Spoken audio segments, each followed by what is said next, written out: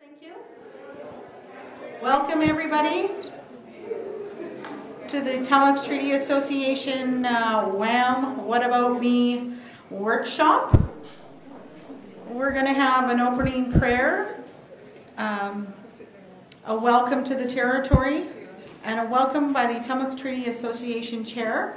So at this point, I would like to announce Tom Bob from the Nanooke Snawawinas territory, and he will do a welcome for us. Thank you.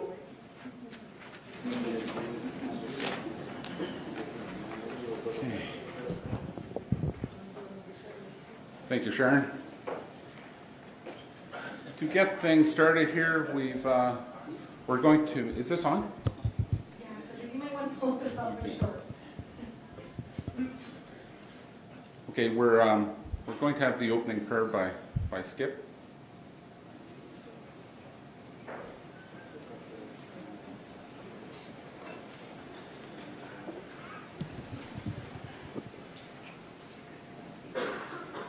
My dear friends and relatives, we thank you for being here, but because we're human beings, we're always asking for things, but tonight and today, tomorrow, we'll say, Haichka, thank you.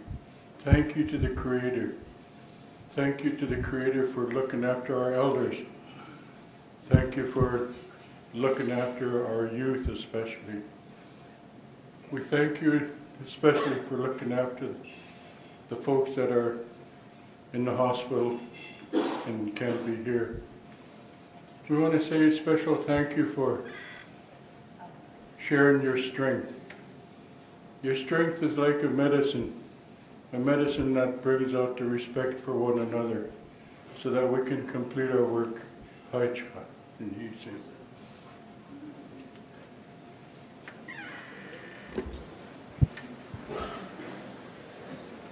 Haichka, Skip.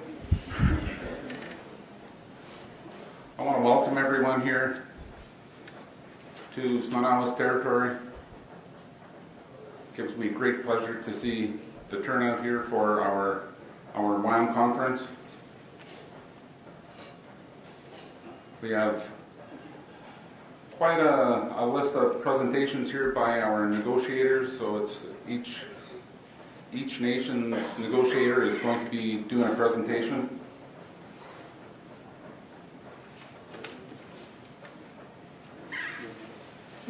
So I ask you to, if you have any questions, please ask them during the presentation so they can be answered right away. And if you don't feel like raising your hand or asking the question, you can maybe direct your question to your clerk and have them ask it for you. So with that, I'll take my welcome hat off for the Snawawinas territory, and I'll put on my chairman hat.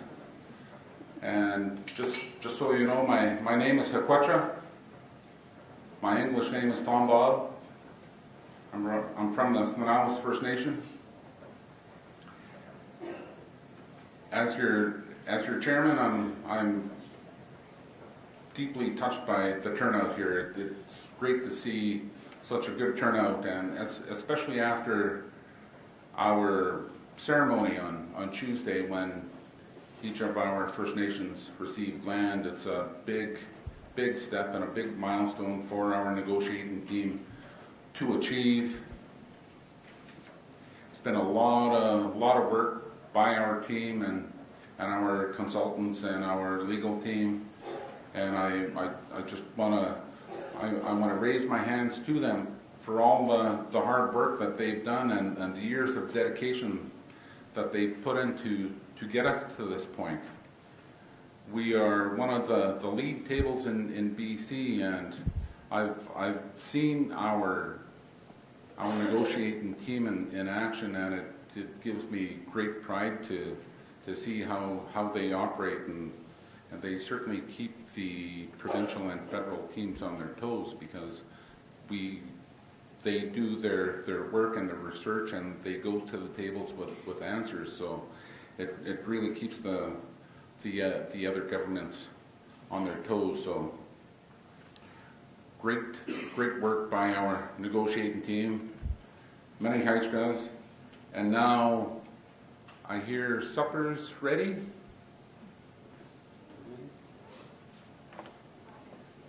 Five minutes? We have 5 minutes, so that's about it for all I have to say right now. So, enjoy yourself, enjoy the resort, and enjoy the great food. There's great food here, and just have a good time, and Hajkasiyam.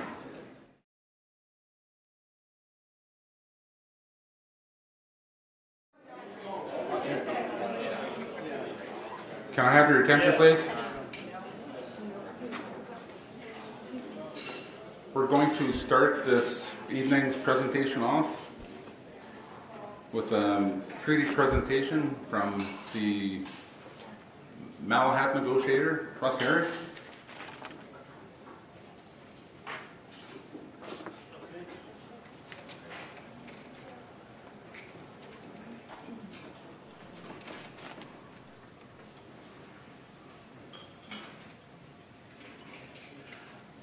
Thank you, Tom Bob.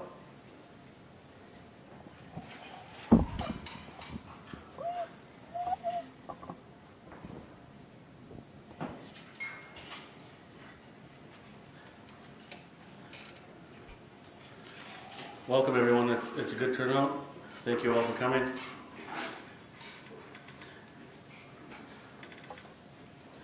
I'd like to begin by thanking the treaty office clerks from all the nations, and Stacy from the administration office, part of the planning committee and putting this together. But also like to recognize Vince Harry to be having the negotiators to be part of this planning as well.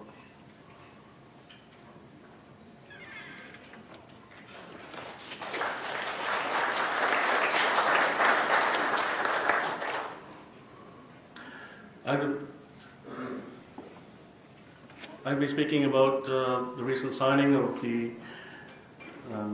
incremental treaty agreement, which has just been signed on February 26th.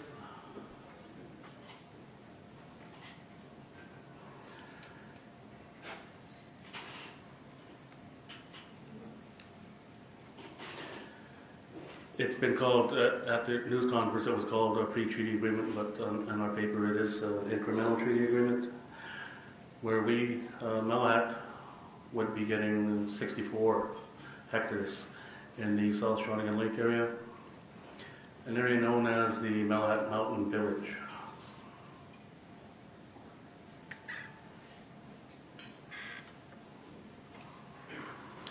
We'll be getting this land on an as-is, whereas basis. It can never become Indian Reserve lands, but when we get to a final agreement, it would become treaty settlement land. So on an as-is, whereas basis, it's going to be held in fee simple. Another more simpler term is private land.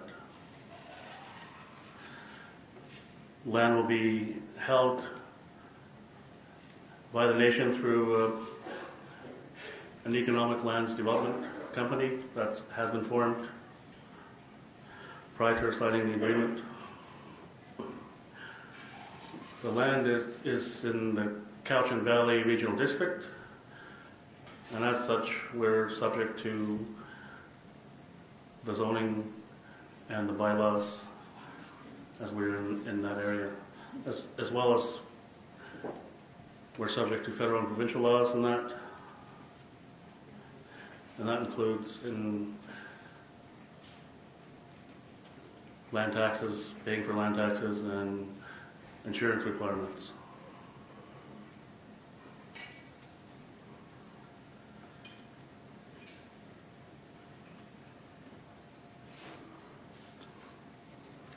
The land that we're receiving, there's what's called the Trans-Canada Trail going to be going through these lands, and we've been having ongoing discussions with the Cowichan Valley Regional District. And with this, we're proposing that we build and maintain the Trans-Canada Trail as it goes through our lands. And that itself would create employment for ourselves in building the trail and maintaining it. There's further spin-offs, having the trail go through it further on down the road, where we can use the traffic of people using the trail for tourism opportunities, recreation. If we want to tie any kind of culture to that opportunity is certainly there for us to do so.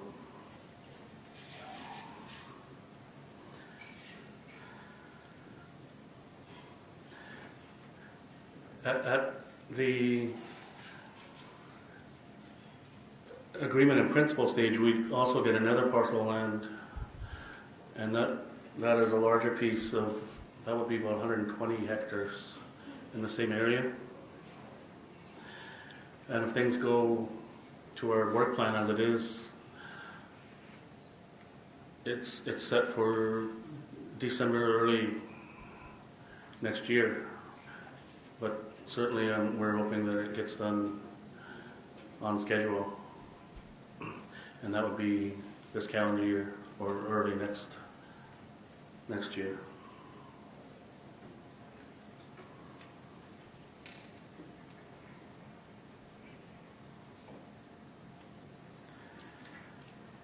We've been having, since the signing, we've been having some positive feedback from neighboring nations, and some local industry leaders have reached out to us and offered their support and congratulations to us, and that shows the working relationship that we have, the good working relationship that we have with our industry leaders, local industry leaders, and not only First Nation governments, but as well as in our case, the regional, Cowichan Valley Regional District.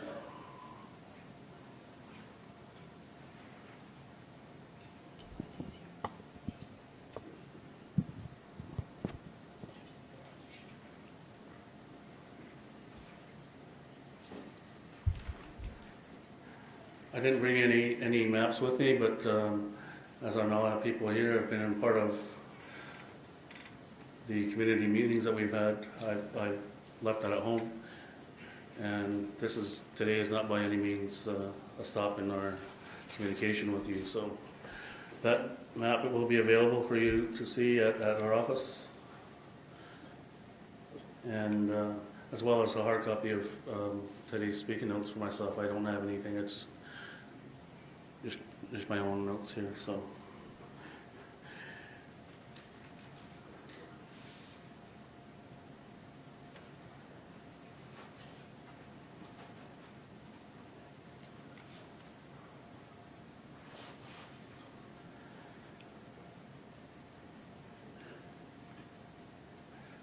The land that we did receive after signing this agreement, there are some challenges that are put forward to us, and we're not going to be getting them immediately, but the province has some work to do, and the timeline we expect to get them in hand is about 6 months from now. The economic benefits of these lands for ourselves would be creating employment through forestry,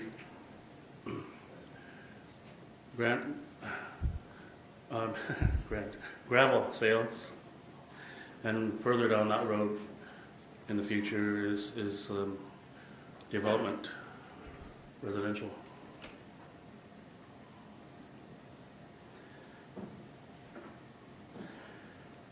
So that's in a small type frame, what we've done, signing with the province has done a lot of work for us to get this far, and we certainly appreciate them coming forward and bringing this to us now, where we can get benefits now as opposed to waiting for a final agreement.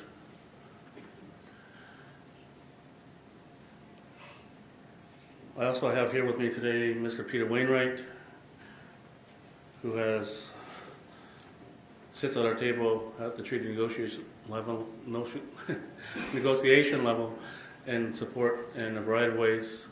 And what I thought I'd come here today is explain about the deal that we just signed. But if there's anything, Peter, that you think I may have missed about the ITA part, I certainly would appreciate if you were able to pick up on something I may have missed out. But as far as today goes, and the ITA signing that we have just done for Malahat, it's 64 hectares in the South Shawnigan area, and the spin-offs will be benefiting us greatly. Do you think of anything? There's a couple of things I've mentioned. One of them is that Malahat gets to keep it regardless of whether you get the treaty. Oh, yeah. The other one is that the agreement in principle isn't binding, so that you can, even if you don't like the deal, you can sign it, get the same piece of land, because the agreement's not binding. And probably, and you probably should repeat these if Mike is able to hear it. The land we get is worth about $2 million. Okay.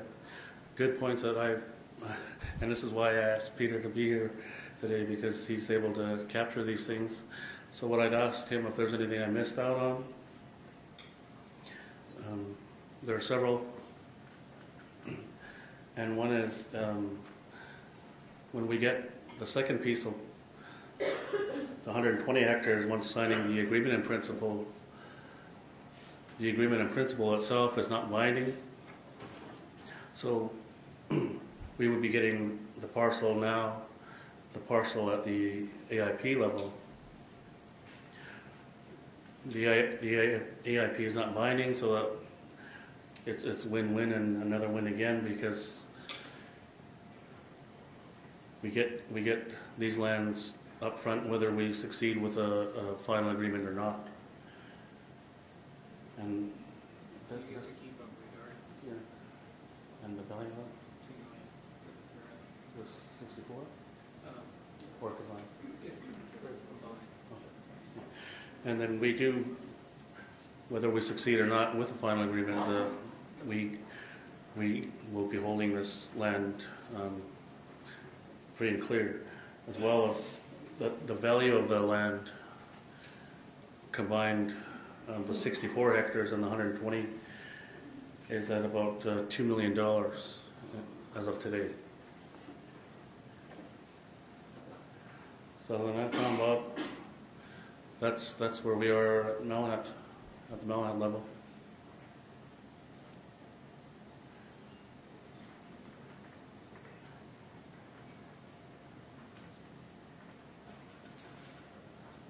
I'm certainly open to questions.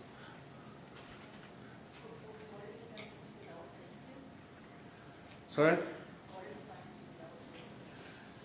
Further, after we're take advantage of the forestry and any gravel sales, it's residential dwellings in that area.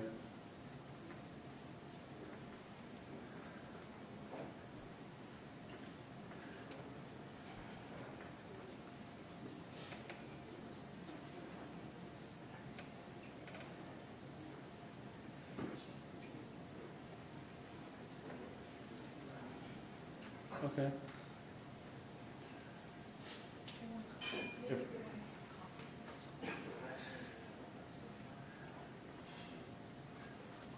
I look to our Malahat members if there are any questions at this point in time.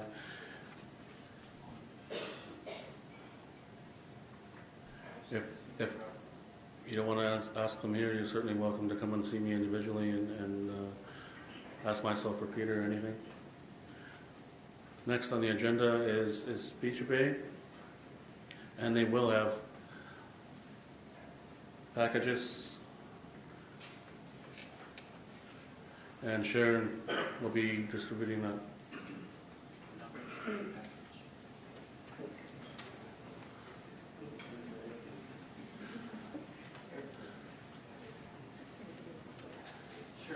Thank you all for listening, and I hope this has been helpful to you, and look forward for the rest of today and tomorrow's outcomes. Thank you.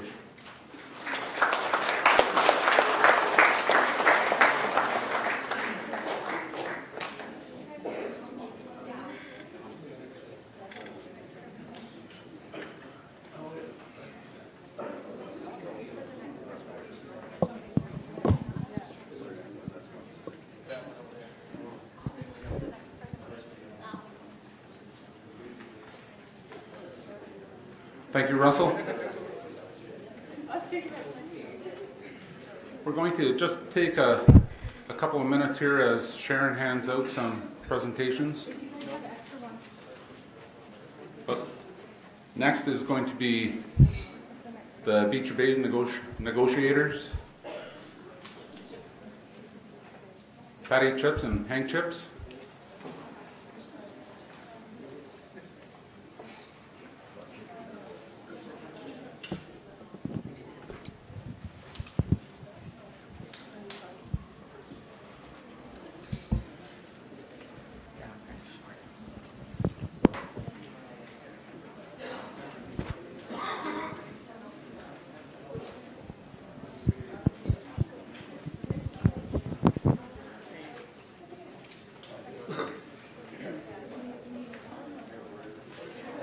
Before we start, I'd like to ask Chief Russ Chips if he could say a couple of words, please.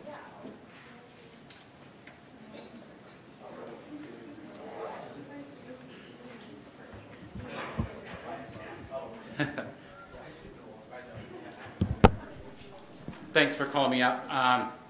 When we got our treaty package at the Parliament buildings, I mentioned a few things, and I don't think people understood what was really going on when I mentioned it there. And I recognize where we are up here in the news. And I have an uncle that used to live up here that's since passed, and I just wanted to, in front of our own people, like I was always told not to forget where you come from and recognize our elders. But when we got our package, I noticed that we were missing a face there, Wilson Bob, and it just really saddened me. I was happy that we got the package, but it was saddened me that he wasn't there with us, and now we're up here talking about it again, and I just feel that Beecher Bay needs to stand up and recognize the fact that he has fought for us.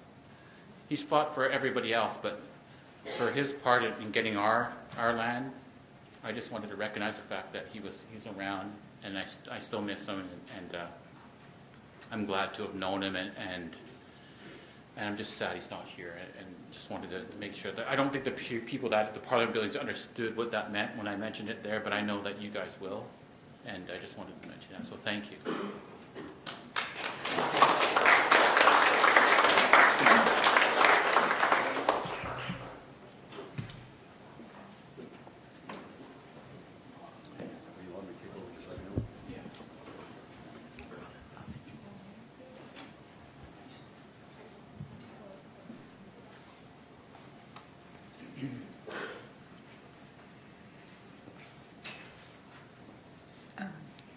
Gee, this is weird.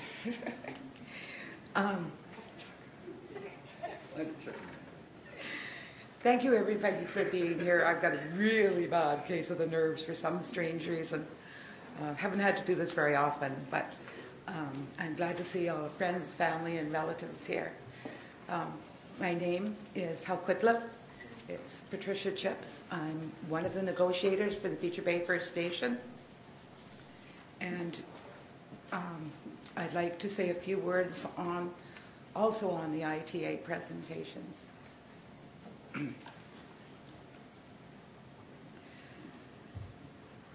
On Thursday, February 26th, 5 First Nations signed incremental treatments, one for each First Nation. These agreements marked a major gain for each of our nations. They result in a transfer of valuable lands to our nations, what we can use for economic development purposes. These lands will be held in fee simple and will also not be subject to the restrictions on developments posed by the Indian Act. These agreements mark a significant step forward in the treaty process and reflect a significant process that we have made and the hard work of our negotiating teams. These agreements do not commit us to signing an agreement in principle, nor do they commit us to signing the final agreement. Can you hear me now? No final agreements will affect you or your families unless approved by each First Nation in their own referendum. For many years, we as negotiators have negotiated in good faith with the federal and provincial government. And until now, we have had nothing but words and promises to bring back to our membership and our communities. We are finally at the stage in the treaty process where we have a tangible benefit for the members within the treaty process. This benefit is coming to each of our 5 nations in the form of land. And the process is called incremental treaties. Our First Nations have identified and expressed interest in various parcels of land within our traditional territories. Please note that the lands selected for ITAs or incremental treaties are all provincial lands. There has been no agreements made with the federal government as of yet. Each of our 5 First Nations are currently in the process of land transfers from the provincial government. The land being transferred is an advance on our land package and is to be considered part of our final settlement. These transfers have been set up in a form that will keep each nation out of harm's way. And in addition, if for any reason that our nations do not reach a final agreement or the treaty process fails, all lands that have been transferred will remain ours. Each nation has formed a corporation. These corporations will be the holders of the transferred lands. The lands will be transferred in a fee simple form. A fee simple form means exactly the same way that a non-native person would hold land. These lands are not to be considered reserve lands. They will be the same status as your non-native lands until treaty final settlement. This also means that there's costs attached to these lands. Expenses will be in the form of taxation and insurance. Revenues made from these lands should go to cover the costs. There will be many economic development benefits associated with these lands. For our nations, we are looking toward forestry for a start. I cannot speak to the other economics of the other First Nations, but the opportunities are endless. There are corporations set up. There was very little time between the transfer of the lands and the corporation set up. The corporation had to be in place first before the actual transfer of the lands. And we had very limited time to complete the details of the setup of the companies. The corporations are named traditionally after each First Nation. The corporation or designated company has a bear trustee who is the sole shareholder of the company. This person must be a member of the band, but does not need to be a member of council or reside on reserve. The directors, there must be at least one director for the company. This person does not need to be a member of the band or reside on the reserve. The board of directors manage or supervise the management of the designated company and can be replaced by the bear trustee as directed by chief and council. Our treaty lawyer, Robert James, will be in attendance tomorrow. And if there's any really hard technical questions, I'd like to refer those to Mr. James or to Peter Wainwright, who is here this evening. And with that, I would like to introduce my co-worker, Henry Chips Nachapa.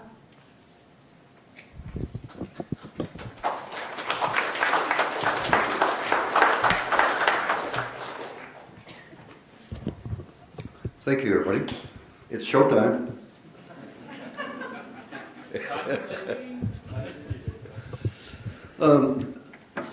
First, I'd have to explain to you what WHAM is.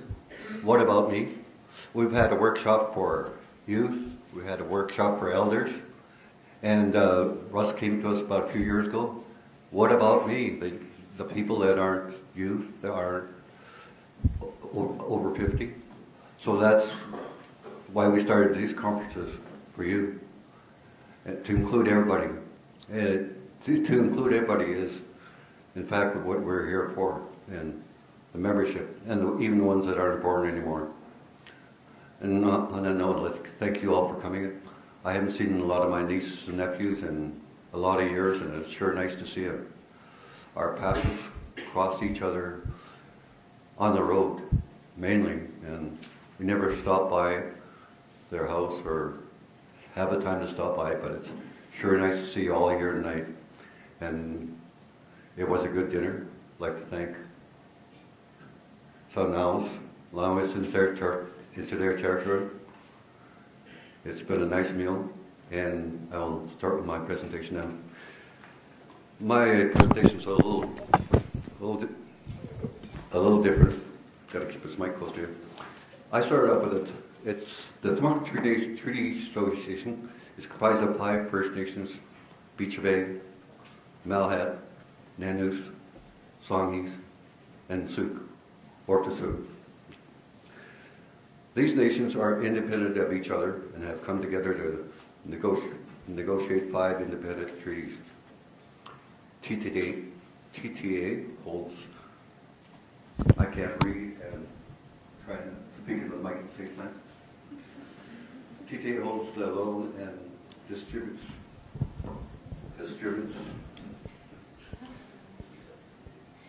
the money to the 5 First Nations. Nation appoints a director, who in turn appoints a chairman. We've been in this treaty process for 20 years and are within the reach of an agreement in principle.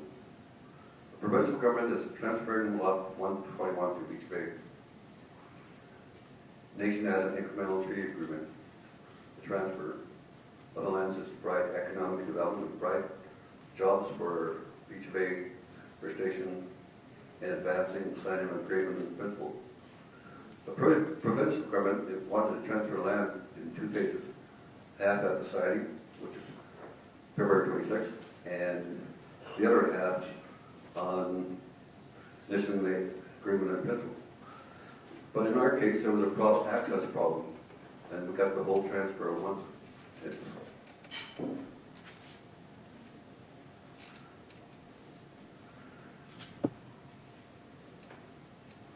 And I see my presentation there, I got to put some notes down there. Lot 21 will belong to Beach Bay First Nation, regardless of whether we enter into a modern day treaty or not. It's ours.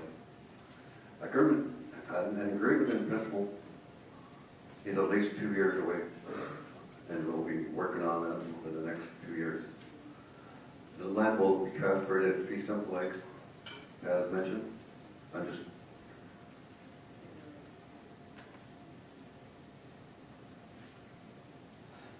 The land is subject to municipal zoning and laws in the case of Tsuut'ina, where in Tsuut'ina municipality, and must apply by provincial and federal laws. Land is also subject to all land taxes. For Lot 121 is zoned for logging. The lot can be used for collateral or bank loans. And when I was talking to Patti 2 times, they said they were waiting for their incremental treaty arrangements so they could actually do that to improve their campsite. The provincial government wants to show progress in the negotiation, thus in signing the incremental treaty agreement would provide a progress at the main table. In this, about a year ago, we knew about the incremental treaty agreement, and we received notice that everything was rushed through. It went pretty fast. But as Pat mentioned, we had to have these companies set up. In February, the chief and council of the Beach Bay First Nation were informed that in order to get an incremental incremental treaty agreement, they would have to set up a company to handle the land transfer. The chief of council, director, negotiators, then would read and vote, sent to the corporate structure on February 2013. At this meeting, everyone was told that it's a good idea to have this company set up by February 15, 2013. So it was a tight frame. And on February 26th, we signed the incremental treaty agreement. Chief Russ Chips signed the incremental treaty agreement, along with one of our members that started the treaty program, Chief Charles. He was one of the incremental people of starting the whole association. And we haven't had many of them left. A lot of our fellows, what was the word? When I started with us, aren't here anymore. And a lot of people passed on. And thanks, Russ, for recognizing my cousin. We're all related to each other somehow, some way. And when we sit in different tables, mingle with each other every once in a while. And if Wilson was here, he would say one thing to you. Hallelujah. Like that. And we've done good. Yeah. Okay. And that's the end of my presentation. I'm a bit nervous. I've done this before. But those guys, other fellow negotiators at the summit, when I first spoke there one time, I told them, stay close by. 2 hours passed by. Then my turn to speak. They all scattered. Left me to the... Anyway. Okay, have a nice night. The members need to see their treaty clerks right now before you leave, and for their night bags? Yeah, for your little night bags here. And registration is at 8 o'clock tomorrow morning at breakfast time. So with that, so just make sure you talk to your, go see your treaty clerks first before you leave, please. And we're same room? Breakfast here at 8. Okay, yeah, same room tomorrow morning, breakfast here at 8 until 9, and then presentations will start. With that, I want to thank the negotiators for the presentations, and I want to thank you all for being here. Hajj Garcia.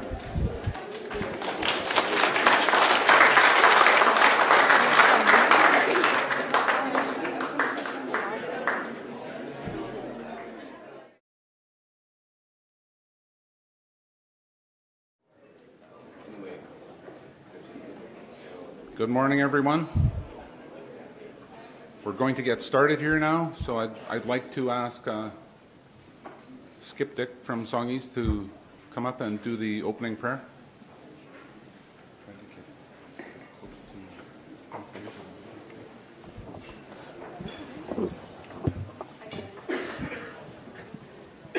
No, wrong one.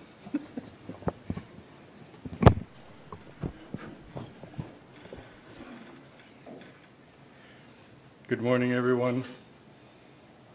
Maybe. Good morning. Good morning, everyone. Good morning. Yeah, much better. Thank you. Time and time again, as we move into the future, a lot of us will be asked to facilitate or to lead in a meeting. But in our school act, in their wisdom, they said, "Thou shalt not pray." But now it's started to become more lenient. Our high schools, universities, and elementary classes are allowed to say a prayer to begin. Because when we're taught from home, we start with a prayer. And I really appreciate our leaders saying that what we have to do. We must carry that on.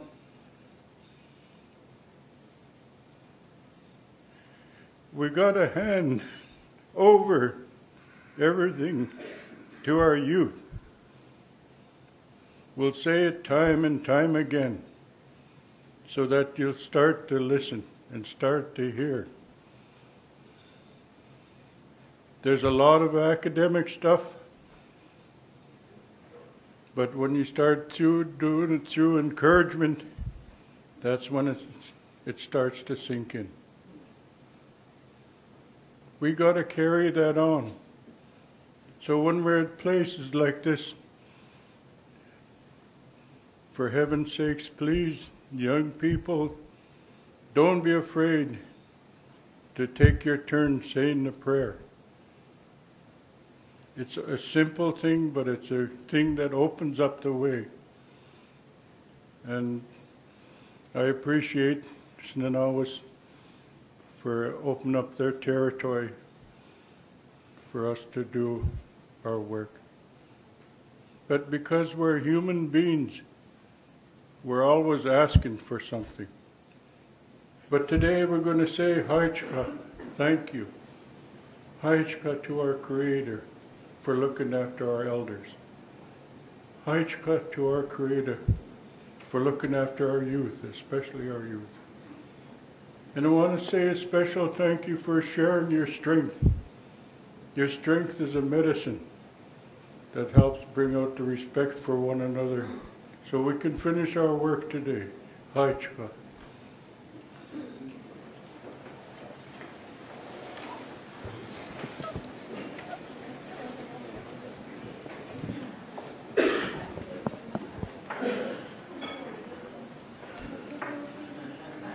Thank you, Skip. Now, just before we get started with the agenda, our agenda is going to be shuffled around a little bit here. Our lawyer, who was going to be here at 10:45, has come down with the flu, so he won't be here today. But we're lucky enough and fortunate enough to have Peter Wainwright to fill his spot. But before we get started, Snawawinas Negotiator Wayne Edwards wants to have a couple of minutes on the mic here. So, Wayne.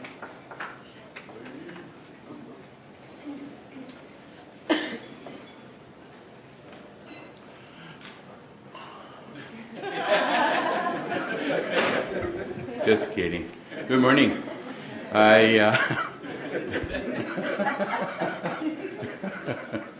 I've seen that once. Anyway, many years ago when I first started off, I was working for the city of Nanaimo, and when we were trying to rectify a number of problems we were having with the facilities that we had, we gave a number of young people a video camera. And off they went, and we told them to video whatever it was they wanted to video. Well, they videoed doors and the trouble they were having opening them. They videoed telephone booths and the phones that were out of reach. They videoed water fountains where they couldn't get a drink and things like that. So, I just felt that, the humor is missing in a lot of things that we do. So that's why I did what I did. It's humor that makes things worthwhile. However, yesterday, as per protocol, the way that I've been taught, you heard Henry, Billy Jack, Chips get up and say,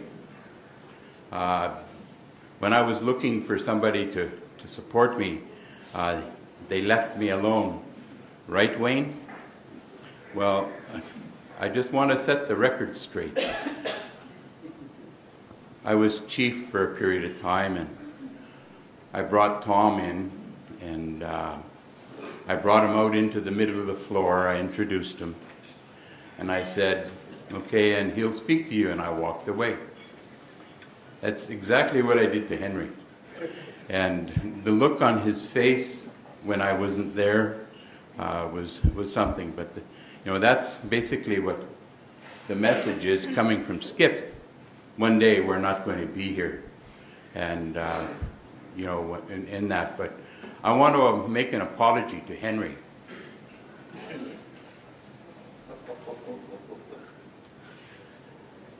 So, Henry, I brought something with me. It was made by my sister Sharon, Bob. It's my late uncle, his daughter. Just to say, he matters. Thank you so much.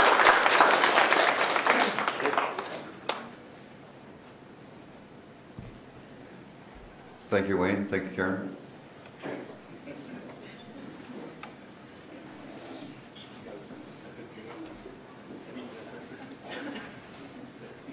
Thank you, Wayne. It's always good to start off with a little bit of humor. But just wanted to say I hope you all had a good sleep and woke up to this beautiful sunshine in our beautiful territory of Snawawinas. It's certainly a sign of spring is in the air. So to get on with the agenda here, we have the Souk Negotiator going to come up and do her presentation. So Denise Purcell.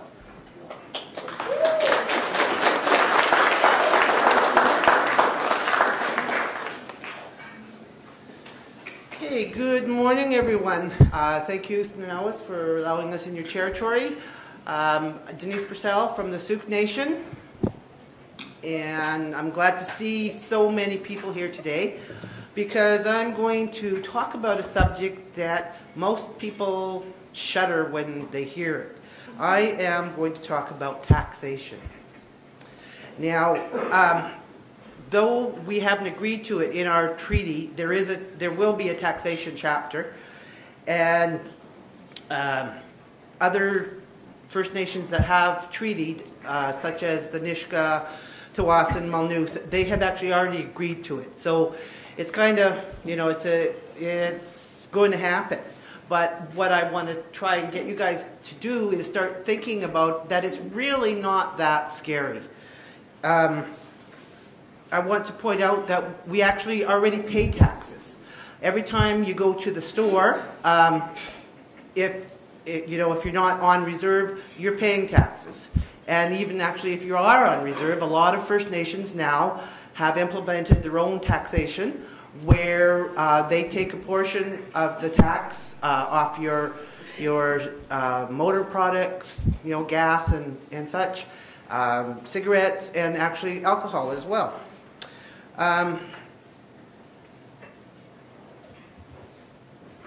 Let's see.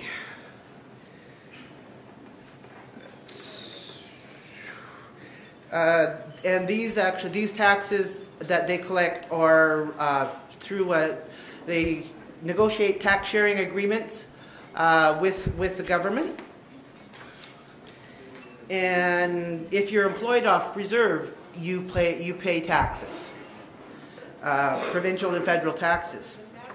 Under the proposed treaty, you would not lose your tax exemption right away. It would not happen on the effective date. For transaction taxes, they would start as of the first day of the first month of the 8th year after the effective date of our final agreement. And all other taxes would be effective on the 12th year. So it's not going to, like if we treaty tomorrow, you're not going to lose your tax exemption tomorrow. It'll take 8 years for that to happen. Subject to First Nation making laws in relation to property taxes, though, that can happen right away. If a First Nation makes laws regarding property tax.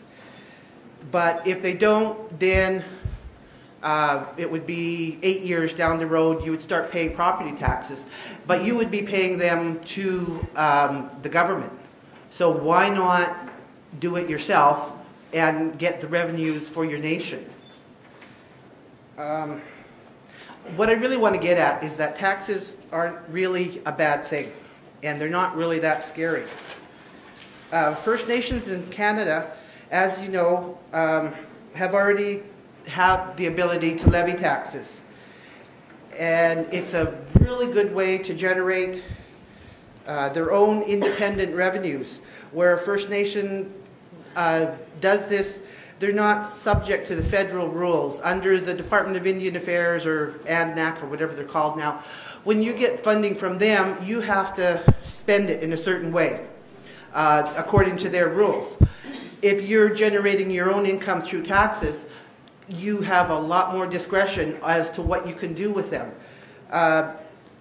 You can, use them to help build your infrastructure. You can use it to help with your education, with different services.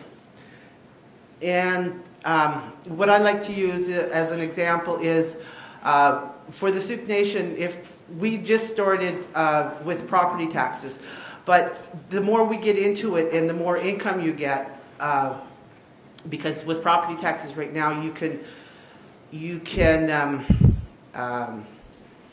levy taxes against leaseholders or non-natives on your land. And this could, if you have a lot of development on your land, you could generate a lot of income. And like in the Sauk Nation, we, when it snows, like many other nations, we are at the liberty of good neighbors to maybe get our roads plowed. There's been many years where you get a foot or something of snow and there's nobody around to plow your road. If you had tax revenues, you could have the equipment necessary to plow your roads. That's just an example. Now, there are several types of taxes that First Nations can levy. There's the First Nation sales tax, which only Indian Act bands on reserve can levy, and this covers on reserve sales of motor fuel, alcohol, and tobacco. As of 2011, November, there were 8 Indian Act bands levying the sales tax, generating more than $6 million per year. I don't have the current stats. The closest I could get is to 2011. The next sale tax you can levy is the First Nations Goods and Services Tax. It's levied by Indian Act bands and Aboriginal self-government First Nations. This tax is the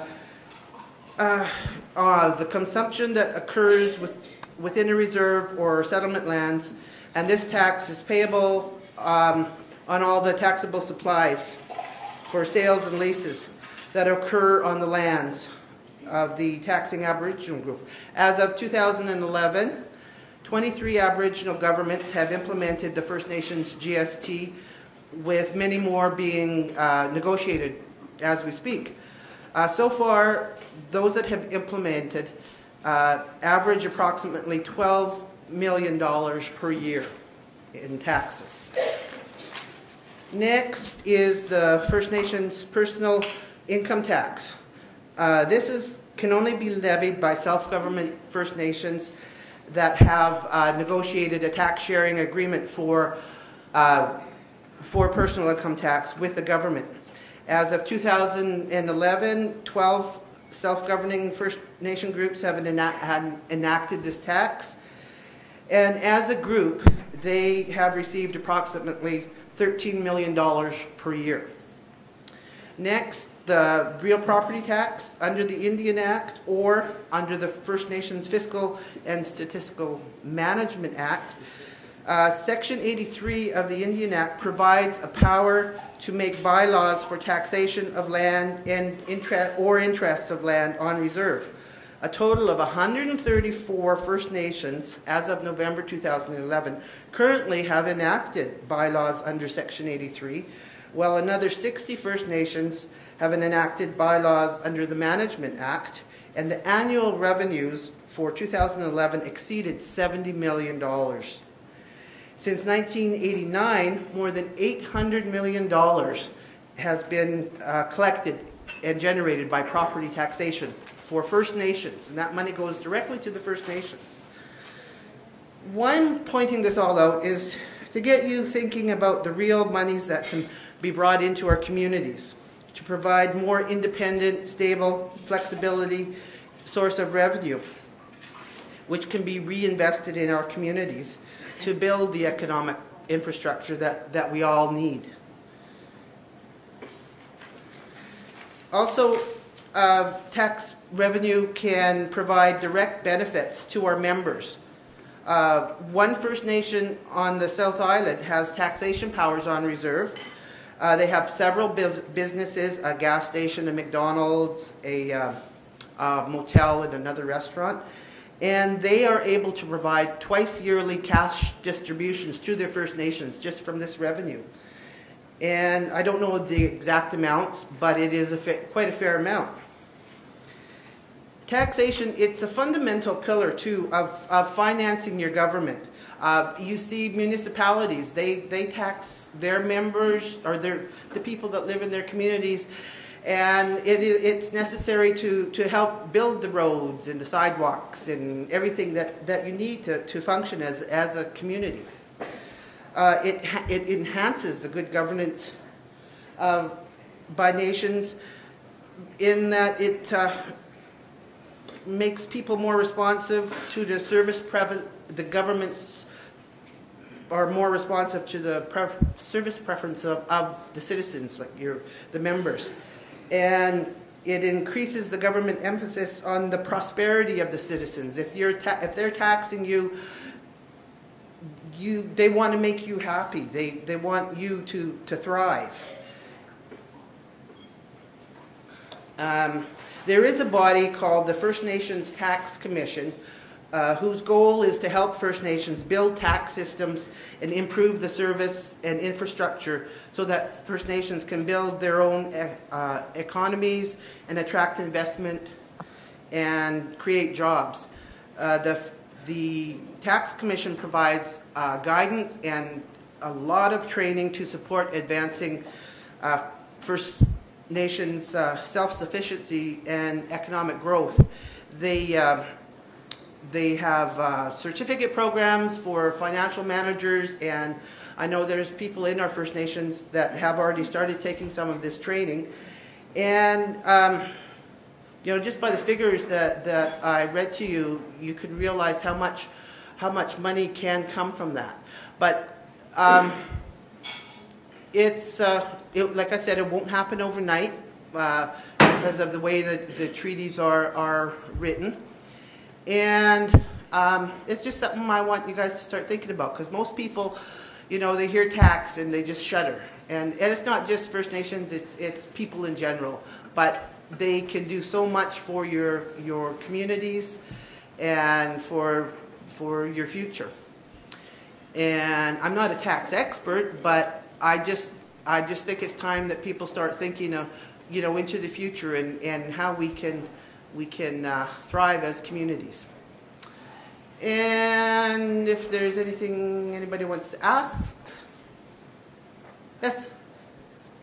Hello, my name is David Dick. I'm from the Songhees First Nations.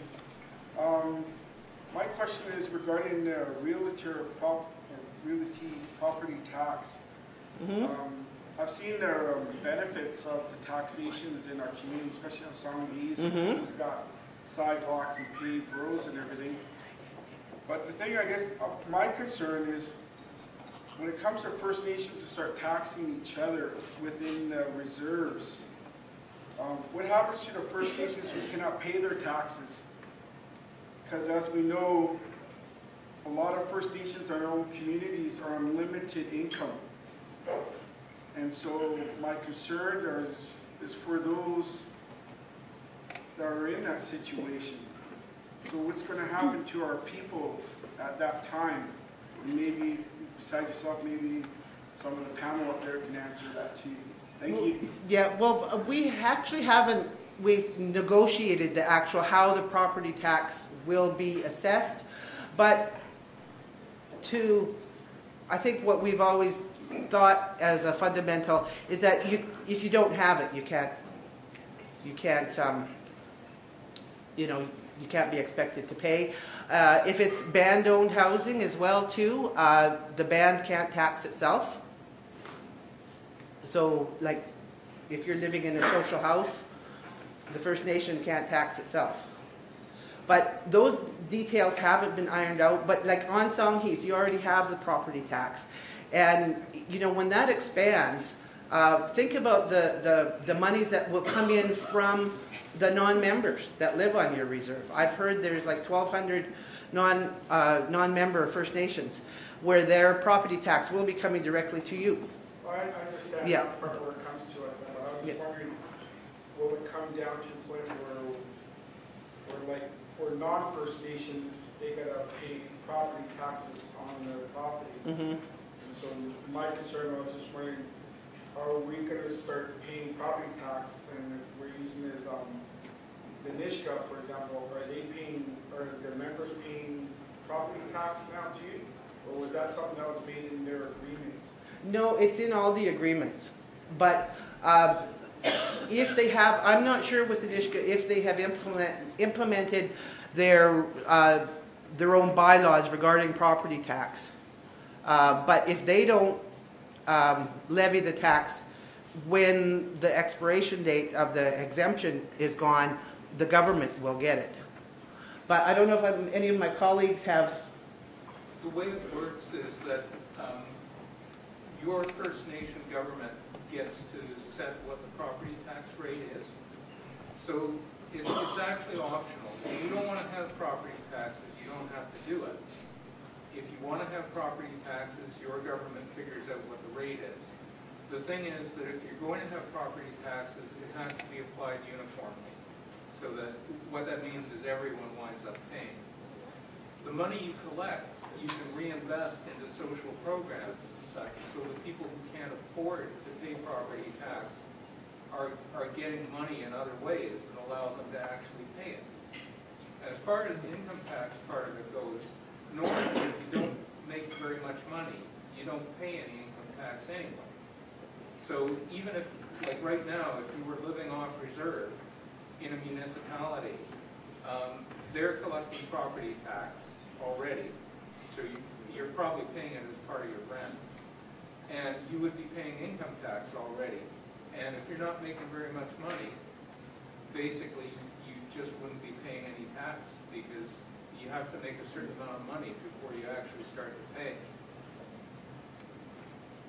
Something I forgot to mention as well too is the under the treaty we will have the ability to enter into a tax sharing agreement for income tax. The governments have indicated a willingness to negotiate a tax for income tax.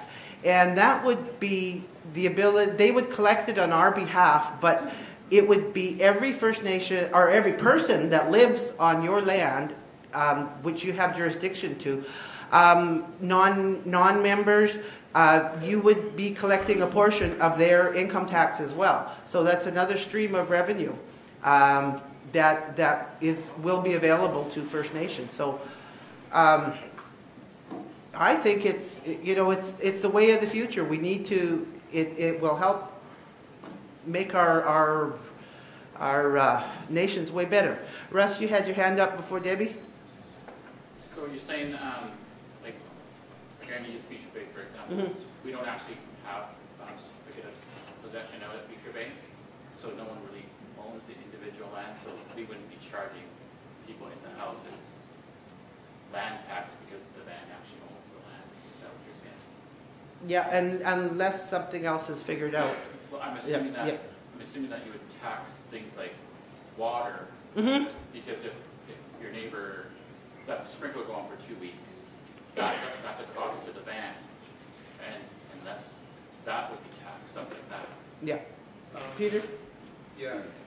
After treaty, there won't be any certificates of possession. So you, the First Nation government, will just own the land. So your Beecher Bay government will own the land, and you'll do whatever you want. If it's your land, you're obviously not taxing yourself. As far as water goes, most local governments don't tax that. They actually charge it as a utility, just like your cable bill or your phone bill. So the more you use, the more you pay. The thing is that if your government wanted to, they could say every one of our citizens gets a certain amount of water delivered free, and you only pay for anything over and above that. So anyone who's making a reasonable use of water isn't going to get charged, and anyone who leaves the sprinkler on for, all through the winter should pay for it. It's totally up to you how you set it up. Debbie? My name's Deborah Lazar from the South Nation, and I have some questions on how will you get the same rate charged on our income taxes as the government does now? That is to be negotiated. Okay. I think you could expect the answer is yes. It would be the same Yeah, rate? I don't honestly believe they'll let us do anything different than the rest of BC. And then within our nation, we started the property tax for non-natives that are occupying our lands. And it's rated at the market value of off-reserve lands, is what it's based on. And when we do our property taxes through our treaty, will that be the same? So like for my house is not very large on my lot, and when I talked to the property tax assessment, they said it would be assessed at $500,000 because of the area that it's in. The way it normally works is you want to have somebody independent figuring out the value that they're going to tax it on, because you don't want somebody to decide arbitrarily that your house is worth a lot more than this other guy because you're in a different family, if you see what I mean. So normally, like the municipalities, the District of Sault, for example, is not allowed to decide what a house is worth. The assessment authority does that. What the District of Sault is allowed to do is figure out the rate. And they make commercial properties pay about 3 times more than they charge residentials. You can also structure your taxes so that there is a tax that is applied to the fact that it's a house, and then there's a tax that's applied to the square footage of a lot. So there's quite a bit of flexibility in how local government does it. But generally what they're going to do, the assessment authority, is they're going to look at it, a particular house, based on fair market value, and they look at what comparable properties in the general area are selling for. And there's also a process where you can appeal that if you disagree. So I don't know why they picked that particular value for your house. Well, even like on the back of my property, I have a very small Beecher trailer that a lady rented that's on disability, and they assess that trailer value, and I couldn't even pay anybody to take it off. The property, like it's not even worth $2,000, and they assess that over $100,000 because that's what trailers in that area with pad rent go for at market value. The thing is that you actually have the right to appeal that assessment, and if you disagree with it, you should. They've made mistakes before. Thank you. Thank you, Denise. Anything else? Okay, thank you very much for your time, and on with the show.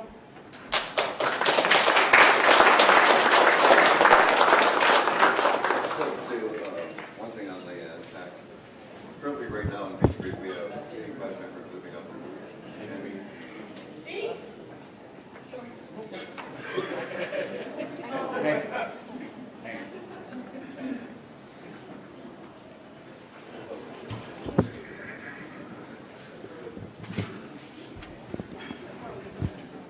Thank you.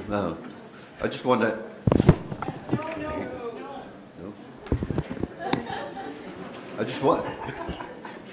I I just wanted to add that currently right now in Beecher we have 85 members living on reserve. That's membership.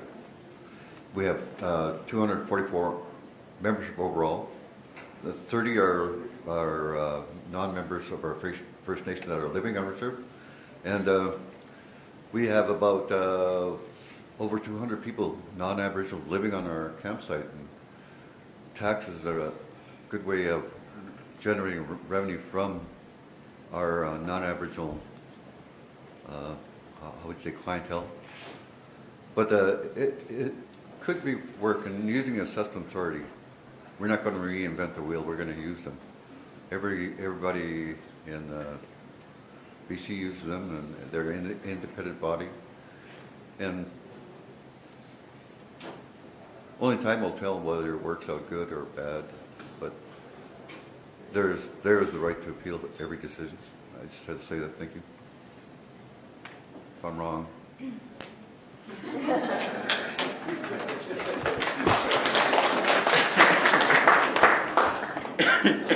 Pardon me. Thank you, Denise. That's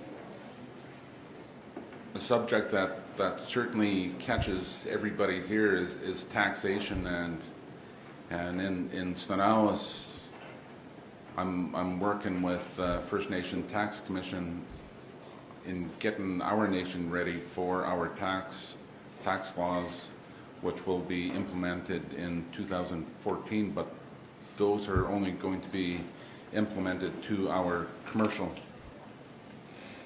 businesses and so forth. So we're trying to get ready for treaty with that. But and thank you, Hank, for your words. And now we'll move on to the Songhees Negotiator, Skip Dick.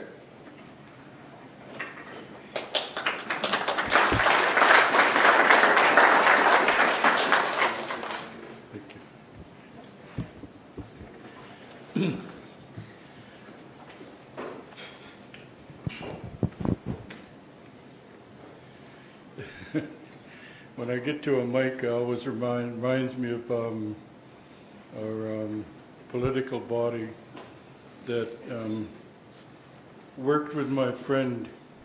He was a researcher for one of the political bodies, and the MLA wanted to tell a joke, who couldn't tell a joke to save his life. So he got his researcher to jot down a joke. It was a silly joke, one that was laughable, and but he couldn't tell a joke. Literally couldn't tell a joke. So, in between his presentation with an MLA, he said he wanted to tell a joke.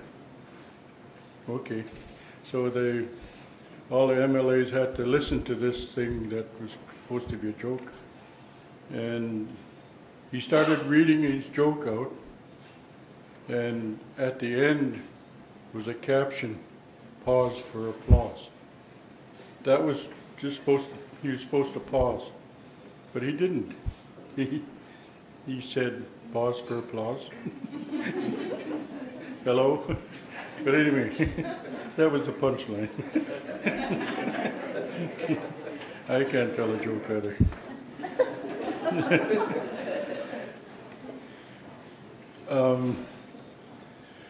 I was really tempted just to say ditto, ditto, ditto, ditto. All my negotiators have been very thorough in reporting and telling you about the good news that happened with our lands that were allotted or planned to be allotted to our communities. And I didn't want to overemphasize the small lots that were given to us. But in speaking to Peter, he brought one thing to light, was that I'm going to use the word again, small. The little dots on the map that the province has given to us as Songhees people is a parking lot and another small lot, but the important thing to remember for our economic development is that it's going to be economically viable, which is a lot more value in that property than which seems to be, needs to be more. We need more land. But really that's the only difference between what was reported already, that is that our lots were few and a lot smaller but a lot more value to it, and how we set that up on our community in a company way that so that the people are able to make some money on it. And it looks pretty good because the company is formed, the land is already transferred, and we're ready to go. But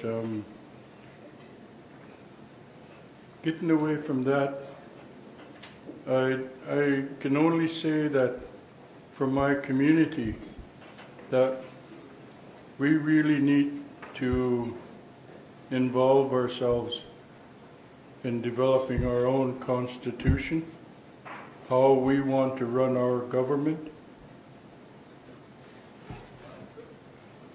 Unfortunately, we've had so many years of Indian Affairs telling us what to do, and we've jumped to that. Every fiscal year, every program year, and we've become conditioned to think in that way. Now we start thinking for ourselves as individuals. You heard it when people started thinking about, what am I going to do with taxation? That seemed to start an awful lot of good conversation. I'm glad to say that our Sanghi's finance department is pretty much prepared for that and getting pretty much developed on it. But now we got to do the economic part for what we call the capacity building. Getting our people ready so that they can go to work and start paying their taxes as well. That seems to be the only thing that we need to cover, except that on our community we have a lot of certificate of possessions on ours that needs to be ironed out. And I encourage all our members to make sure that they understand what that means. If they get rid of that certificate of possession, what does that mean to our land? Who owns that land now? Right now, the Queen owns all that land that's been approved. But what happens after, if we accept the treaty? What happens after that? So there are still a lot of questions that we got to research on our own to make sure that we are aware of what's going to happen to us in the future. We have a certain amount of time to take over that treaty. And unfortunately, I have the bad habit of jumping to solutions. And part of the solution is us looking after ourselves and not really preparing the people of how we're going to do that. But the only thing that I can say is that we've been brought up in the past for centuries on thinking that family's first and money's second. When you become institutionalized to work, you have that tendency to think the other way. Money first, then family. I'm not saying one is better than the other. I'm just saying that we have to prepare our young people to balance those two so that they can walk in this world.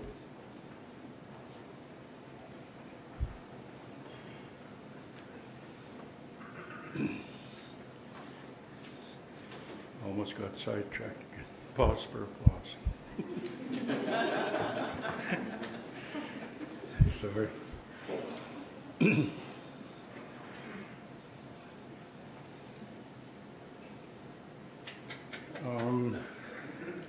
There isn't really too much more to elaborate from what's happening today. And I just want to double check before we say no more for this part of the session. But I just want to double check with Peter. Is there anything else I need to cover? I'm going to be talking in a bit anyway, so anything I can think of, I'll just say. I hate to make you watch paint dry about with all this technical stuff, but it's been a real fun time with our negotiators and with our lawyers and our consultants. You know, the traditions carry on no matter where we go, whatever community we go into.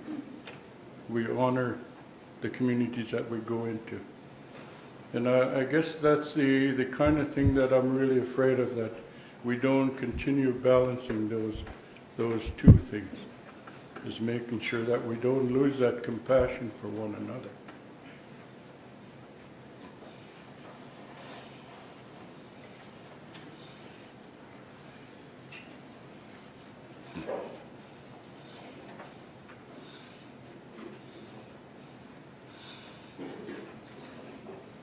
Our people are so important that when you hear our negotiators working, we know they carry that with them, and they're not just talking for themselves, they're speaking for our people.